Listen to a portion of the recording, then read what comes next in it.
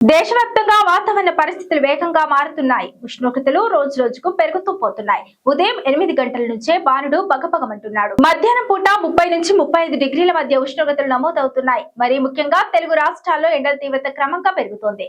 వాతావరణ శాఖ అంచనాల ప్రకారం 2 తెలుగు రాష్ట్రాల వ్యాప్తంగా ఈ రోజు గరిష్ట ఉష్ణోగ్రతలు 33 నుంచి 35 డిగ్రీల మధ్య నమోదయ్యే అవకాశం ఉంది. రాత్రి తెల్లవారుజామున కనిష్ట ఉష్ణోగ్రతలు 17 నుంచి 19 డిగ్రీల మధ్య నమోదయ్యే అవకాశం ఉంది.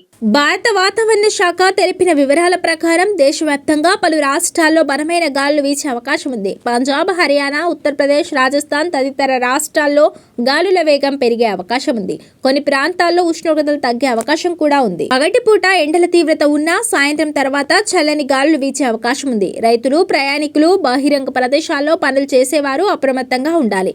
మరో 2-3 రోజుల పాటు ఈ పరిస్థితులు కొనసాగవచ్చని వాతావరణ శాఖ అంచనా వేస్తోంది.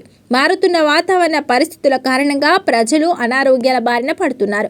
ఒకే రోజు వేరువేరు వాతావరణ పరిస్థితులు ఉండడం వల్ల ప్రజల ఆరోగ్యంపై ప్రభావం చూపిస్తోంది. చాలా మంది దగ్గు, గొంతు నొప్పి, చలి జ్వరం, తలనొప్పి వంటి అనారోగ్య సమస్యలతో బాధపడుతున్నారు.